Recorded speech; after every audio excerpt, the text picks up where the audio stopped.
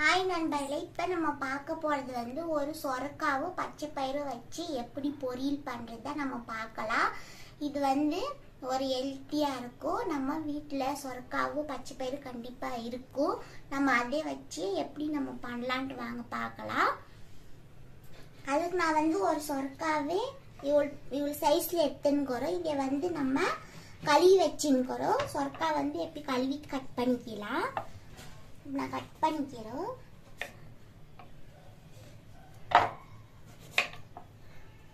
இந்த பக்கம் இந்த பக்கம் இதை கட் பண்ணிக்கலாம். நம்ம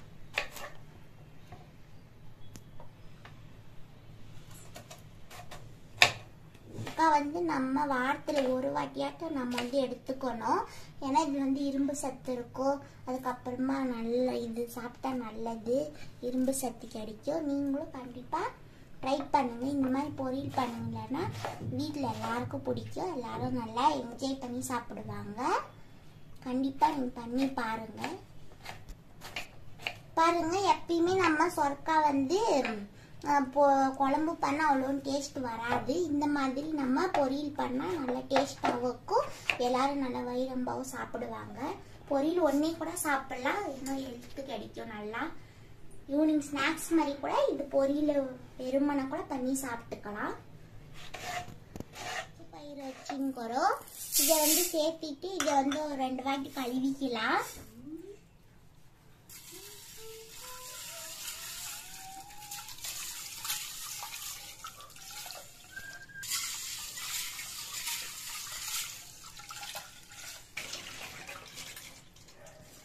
பாருங்க, 2 வாட்டி எவ்வளோ கழுவி ஆச்சு. இப்போ நம்ம வந்து கட் பண்ணி வச்சுருந்தீங்களே சொரக்கா, இதே வந்து நம்ம இதுல சேர்த்திக்கலாம்.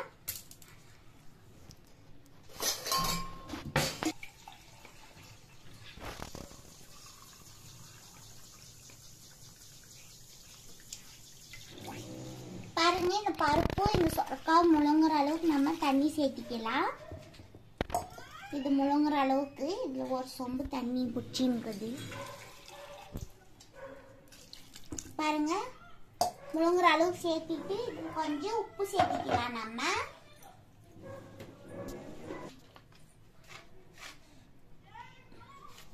பாருங்க, உப்பு ஒரு டீஸ்பூன் நமக்கு சேர்த்திக்கணும். சேர்த்திட்டு இப்படி நல்லா மிக்ஸ் பண்ணிக்கலாம். இப்போ இதை வந்து நம்ம ஒரு 3 விசில் விட்டு எடுத்துக்கலாம்.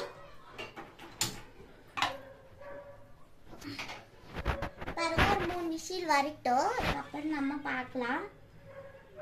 உங்கள் குக்கர் எவ்வளோ விசில் வேணுமோ அவ்வளோ விசில் நீங்கள் விட்டுக்கலாம்.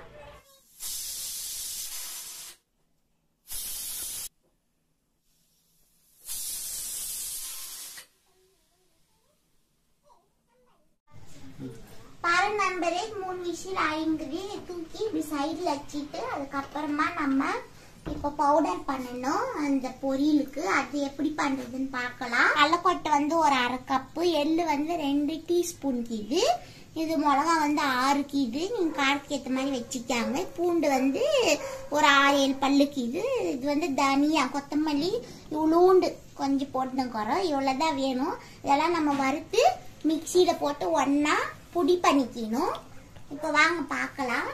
ஃபஸ்ட்டு கொத்தமல்லி கிது இல்லையா, அந்த கொத்தமல்லியை போட்டுக்கலாம். அதுக்கப்புறமா மிளகா கிதில ஒரு 6 இடி போட்டு சூடு பண்ணிக்கலாம். எண்ணெய் எதுவும் வேணாம். இது நம்ம சூடு பண்ணி வறுத்து மிக்சியில் கொட்டிக்கலாம். அதுக்கப்புறம் அது கடலைக்கொட்டையும் எள்ளு வறுக்கிறதுக்கு ஈஸியாக இருக்கும். இது வந்து ஈஸி மெத்தேடு. இது வந்து கொஞ்சம் வறுப்படட்டும். நம்ம ஒரு ஆகணும் இல்லையா, அப்போதான் நல்லா நம்ம தூள் பண்ணிக்க முடியும். சொரக்கா பொரியலுக்கு தூள் தான் இப்போ நம்ம பண்ண போறோங்க. பாருங்க, நல்லா வறுத்தாச்சு. இப்போ வந்து இது மிக்சி ஜாரில் போட்டுக்கலாம். இப்போ அடுத்து வந்து நான் கடலைக்கொட்டை போட போறோம். கடலைக்கொட்டையும் சேர்த்து இது வறுத்துக்கலாம். கடலைக்கொட்டையும் எள்ளு நம்ம தனித்தனி வறுத்துக்கணும், ஒன்னா போட முடியாது. ஏன்னா கடலைக்கொட்டை வந்து கொஞ்சம் லேட்டா நமக்கு வறுப்படும். எள்ளு வந்து சீக்கிரமா சிடிஞ்சு தீஞ்சிரும். அதனால பாருங்க, நல்லா வறுப்பட்டாச்சு. இப்போ எடுத்து நம்ம சிப் பண்ணிக்கலாம். இதே அடுத்து நம்ம வந்து எள்ளு போட்டுக்கலாம்.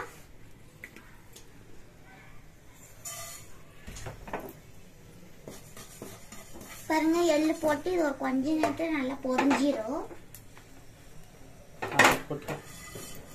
பாருங்க நல்லா பொரிஞ்சிருச்சு. இது சேர்த்திக்கலாம். அவ்வளவுதான், நம்ம எல்லாமே வறுத்தாயிடுச்சு. பாருங்க வறுத்து கடலக்கோட்டை சேர்த்தாச்சு. இப்ப எள்ளு சேர்த்திக்கலாம் நம்ம. அதுக்கப்புறமா பூண்டு இதெல்லாம் சேர்த்தி கொஞ்சம் கொரப்பாட்டிக்கலாம். ரொம்ப நைஸானா இது வந்து எண்ணெய் வந்து பேஸ்ட் மாதிரி ஒட்டிக்கும். அதனால கொரப்பா ஆட்டிக்கலாம். பாருங்க இந்த மாதிரி ஆட்டிங்கிறங்க. இந்த மாதிரி இருந்தா போதும். பாருங்க இந்த மாதிரி இது ரெடி ஆயிடுச்சு. அடுத்து நம்ம பொரியல் எப்படி பண்றதுன்னு பார்க்கலாம். இப்ப பாருங்க ஓபன் பண்ணி பார்க்கலாம். பாருங்க இந்த லெவலுக்கு வெந்துருக்குது. இப்ப நம்ம வந்து இதே வடிகட்டிக்கலாம். இந்த தண்ணி நிக்கிது இல்லையா, இது நீங்க வந்து குழம்பு பண்ணா குழம்பு கூட சேர்த்துக்கலாம், இல்ல ரசம் கூட பண்ணிக்கலாம்.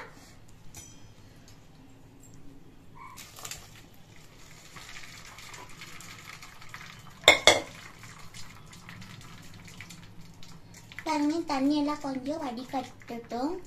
இதுல வைக்கலாம், வடிகட்டட்டும்.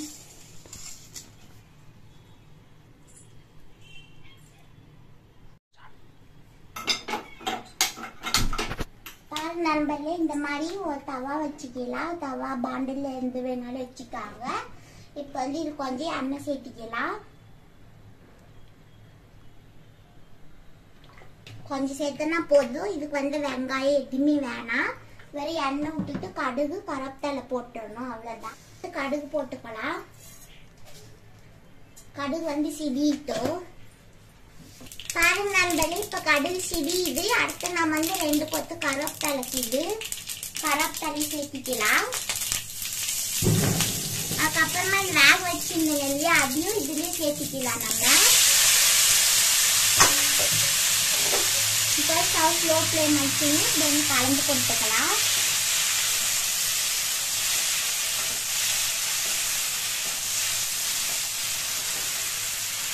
தூள் பண்ணிருந்தோங்க இல்லையா, இது எல்லாமே சேர்த்திக்கலாம் நம்ம.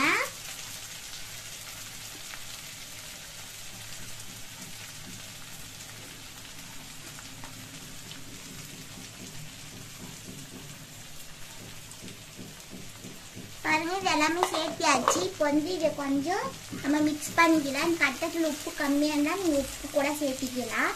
வேக வச்சுக்குள்ள ஒரு உப்பு போட்டேங்க இல்லையா, இப்போ இப்படிக்கு இது ஆறுனா இது நல்லா உதிரா நல்லா ஆகும்.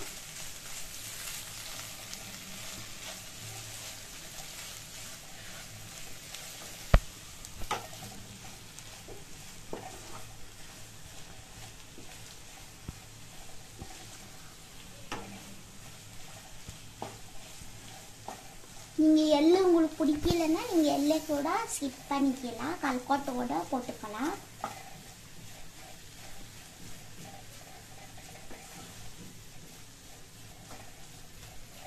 பாருங்க நம்ம சொரக்கா பொரியல் நல்லாவே ரெடி ஆயிடுது. ஸ்டவ் ஆஃப் பண்ணிட்டோம். பாருங்க நண்பர்களே இப்ப நம்ம சொரக்கா பொரியல் சூப்பரா ரெடி ஆயிடுது. நீங்களும் இதே மாதிரி ட்ரை பண்ணுங்க. இது வந்து சப்பாத்திக்கு நல்லா இருக்கும், ரசம் சாப்பாடுக்கு நல்லா இருக்கும், ஒயிட் ரைஸ் கூட இது நல்லா இருக்கும். நீங்களும் இதே மாதிரி பண்ணுங்க. பிடிச்சின்னு இருந்தா லைக் பண்ணுங்க, சப்ஸ்கிரைப் பண்ணுங்க. உங்களிடமிருந்து விடை பெற்றுக் கொள்கிறேன். நன்றி, வணக்கம்.